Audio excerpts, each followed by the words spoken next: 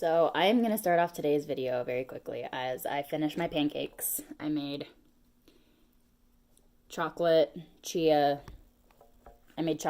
pancakes with some fruit and vegan butter topping.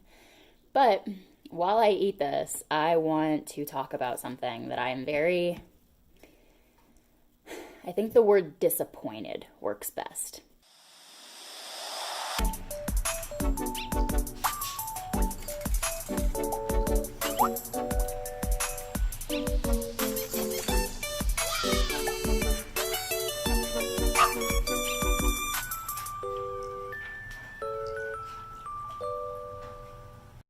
So back on December 30th, I wrote a blog post on my website, Turning Strawberry.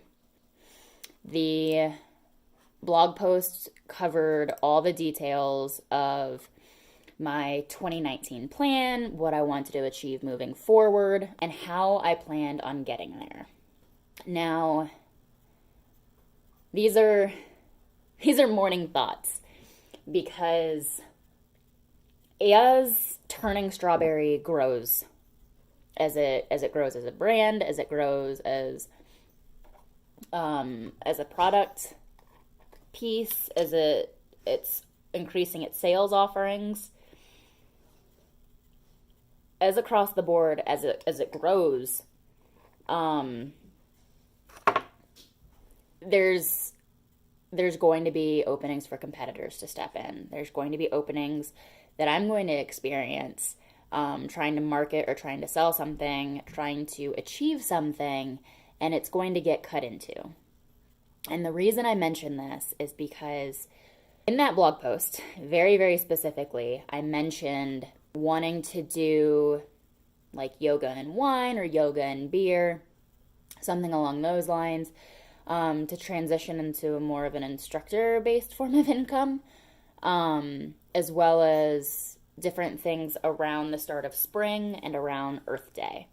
When I went through and I talked about what my plan was for the next several months, January was about trying to get all of my stuff together in my apartment. February was picking, finding, and securing a place to live.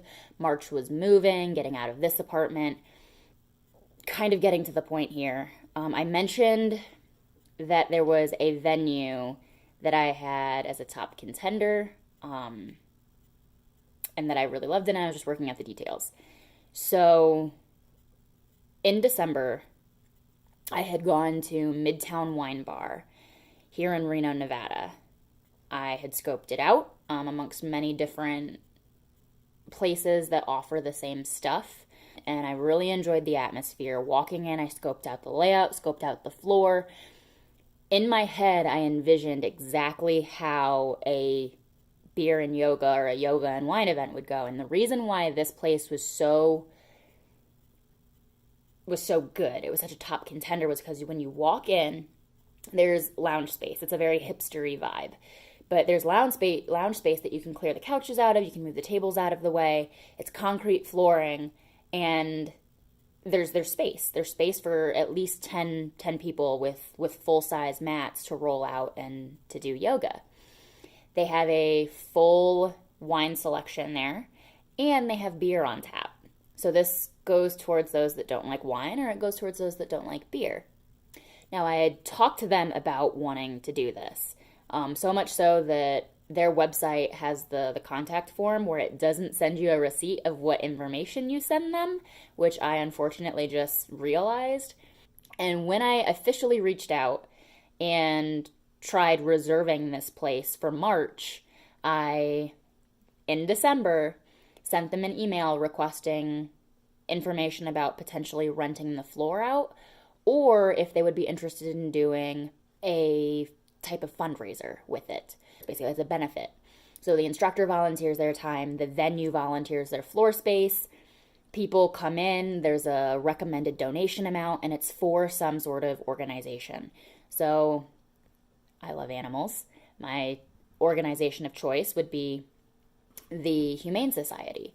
So I had reached out with all of this information. I had reached out and told them how I would organize the floor to make this work, what times would work out best based off their schedule. And I went through their entire calendar events for the year, mainly focused on the first half, because the first half is when the first day of spring and Earth Day were going to happen, March 20th and April 22nd. So I found several dates that work out best. Sundays, they're generally closed unless it's special events. So I was like, look, we can do this on Sunday. I went through and broke everything down. I had not heard back. And the part that is so frustrating is because yesterday, as I was scrolling through Facebook on my phone, just thumbing on through, I come across an ad that Midtown Wine Bar had posted 2 hours prior, in which they were advertising a yoga and mimosa event that was now regularly scheduled for every Sunday, something that wasn't there before. So not only did they not respond to me saying like, hey, no, we don't, we have something else in line, we don't want you to do this. This would be great if you did it, but here's our cut.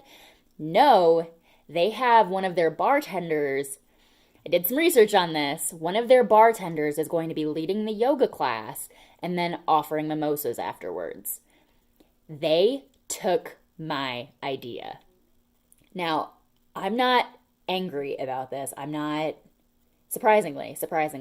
I was very shocked when I saw it, quite frankly, but I'm not angry or frustrated. If anything, it's just a very cold taste of reality. Because now, first off, someone's getting my retail space and someone is now capitalizing on what I wanted to take to that place. Yoga and wine, yoga and beer is not a new idea. It's something that has been happening. However, this is an event that this specific venue had never done before. I did my research, which is why they were a top contender for where I wanted to go, because they'd never done it before. So it was something new. It was something fresh for that specific place. And that is what just happened. So, in short, I am looking for a new venue. But it's kind of like the stark reality of like, this is real. Like, you're coming up with ideas, you're coming up with profitable things, like brain babies that you're putting out there for people, and you're expecting people to treat it the same way that you would treat it. Me personally, I would never take someone's idea and market it as my own and be like, yeah, F you, I'm not even going to respond to you. At a minimum, I would do a courtesy email and be like, hey, thanks for contacting us. This is a great idea. Unfortunately, even if it was like lying through my teeth, being like, we already have a staffer that has proposed this and we're planning on, doing something like this. But thank you for, reaching out. Nothing in return. And that is why I am so frustrated, because I'm just like, I went through all of your events. This was not there. This was not there prior to me reaching out and being like, this is what I want to do. This is my idea. Here you go. Can I do it?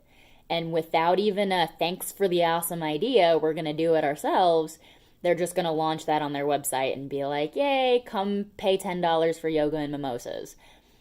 That part irritates me just a little bit. I can say that they just lost a group of customers because neither myself nor my friends will be going there anymore. But aside from that, it's